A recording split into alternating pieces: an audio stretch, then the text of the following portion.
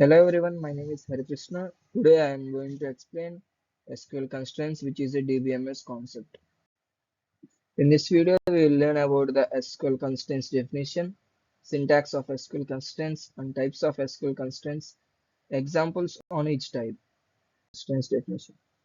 SQL Constraints are used to specify rules for data in a table, or it is nothing but a condition or restriction to create a query.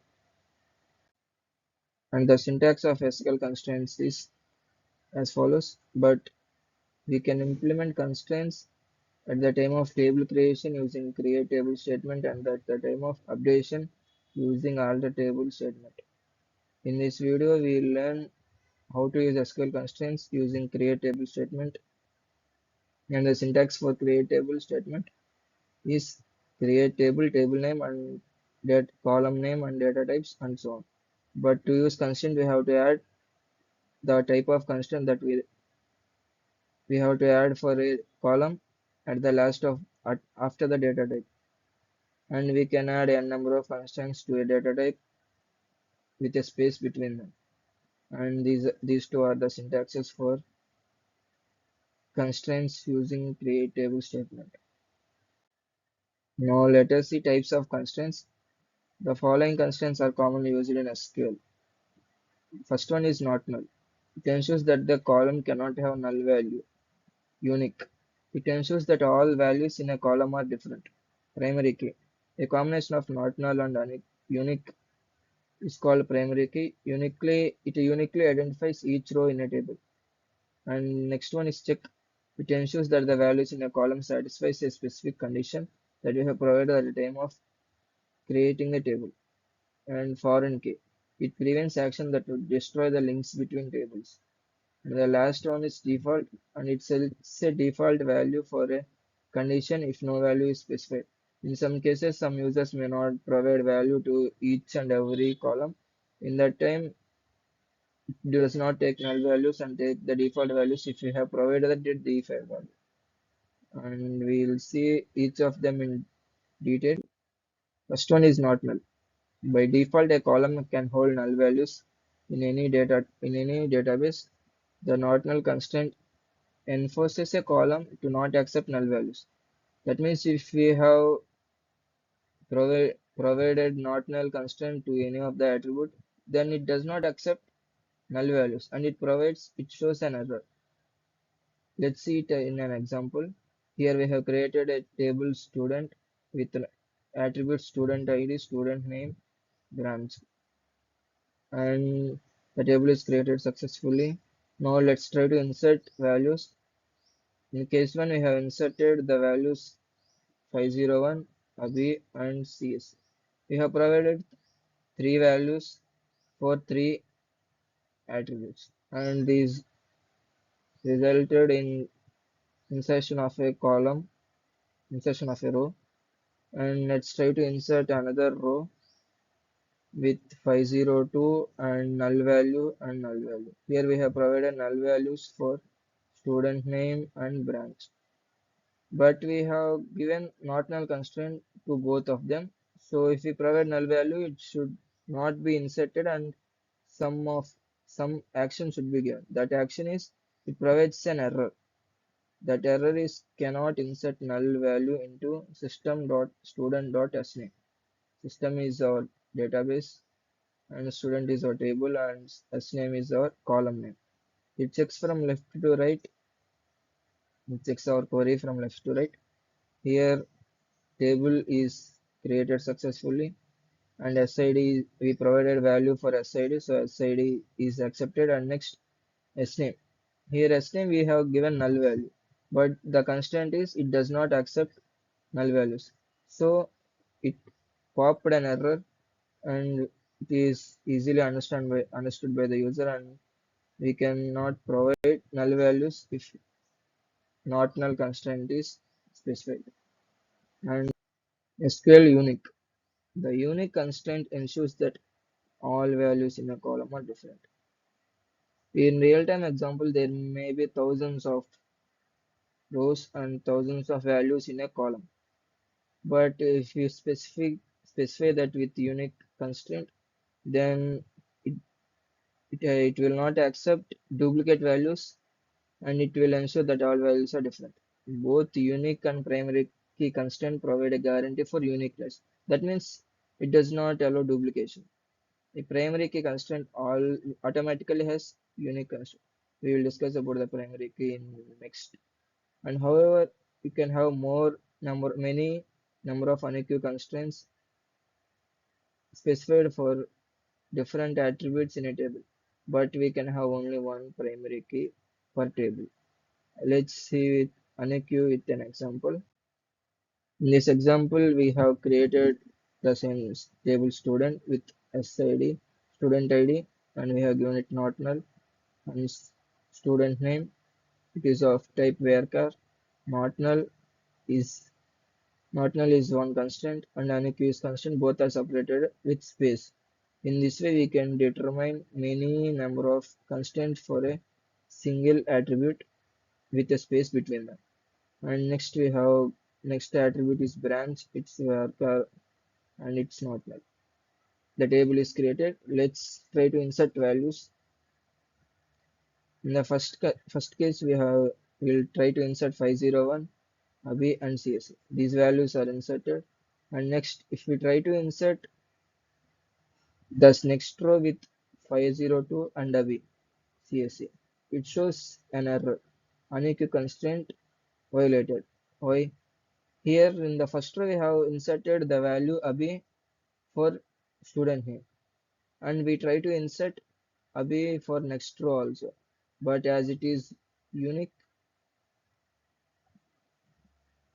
as it is a we have specified with unique constant, it does not accept duplication. So Abhi value is already inserted into table, so we should not insert the same value again as it is unique. This is the case for unique, and we can have many number of unique unique columns in a table. And let's see primary key. The primary key constraint uniquely identifies each record in a table. Primary key must contain unique values and not null. That means it is combination of unique and not null constraints. A table can have only one primary key. And in a table, this primary key can consist of single or multiple columns or fields. Let's see about this in an example. In this example, we have created a table named student with the attribute student ID, student name, and branch. Here we have given primary key constraint to student ID, and it is also not null. Let's try to insert values. The first time we have inserted 501, Abhi, and CSC. We have provided three values, so it is inserted successfully. And next, if it insert 502, Bonu, CSC, none of the values matched, and it here CSC is matched, but we did not give the constant unique to branch, so it accepts, and second row is also inserted.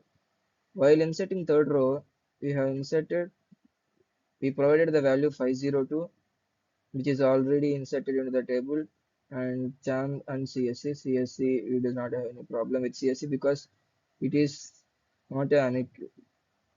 Coming to 502, it's primary key. What's primary key? Primary key is by defaultly unique and not null.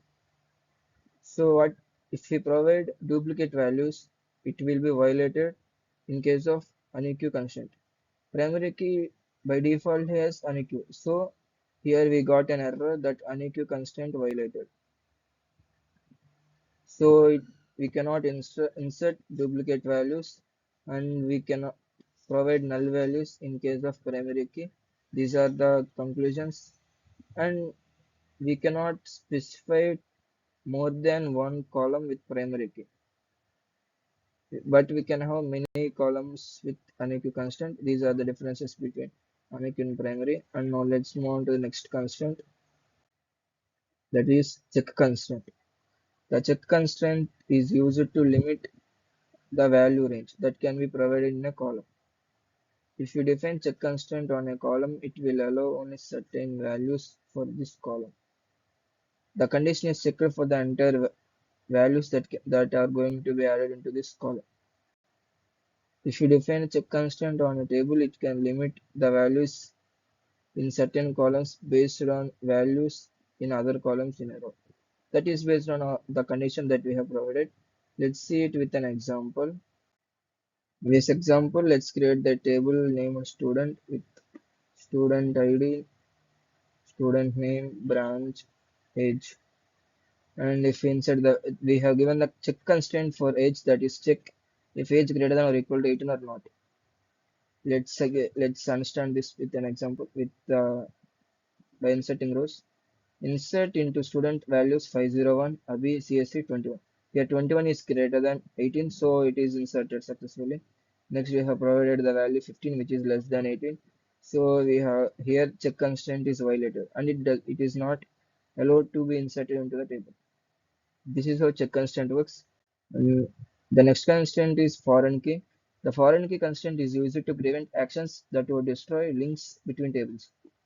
A foreign key is a field or collection of fields in one table that refer to the primary key in another table. Here, the primary key in another table acts as a foreign key in another table if it is just a field or collection of fields. The table with the foreign key is called child table, and the table with the primary key is that is referenced is called reference to our parent table. The foreign key constraint prevents invalid data from being inserted.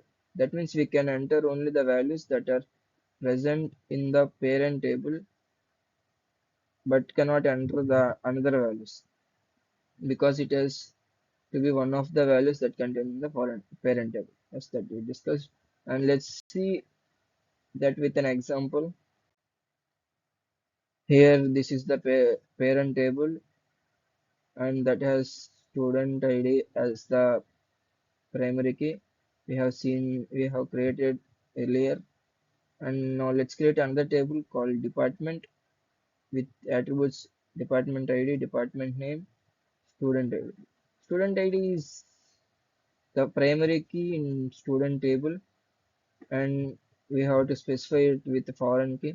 This is the syntax to specify foreign key of student ID. Here student ID is the name of the column in department table that references student.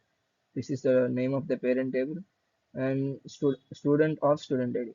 Here student ID is the primary key of student table.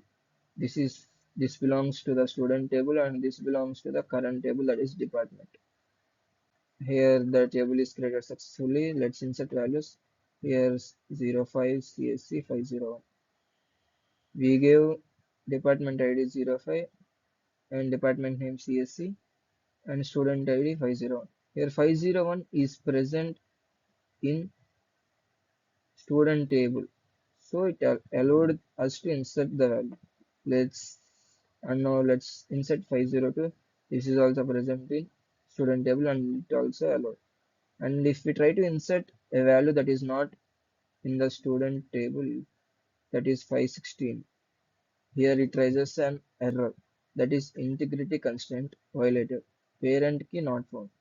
Here 516 is not found in any of the row that are present in student table. So it does not allow us to insert this row. This is how foreign key works. The next one is the default constraint. The default constraint is used to set a default value for a column.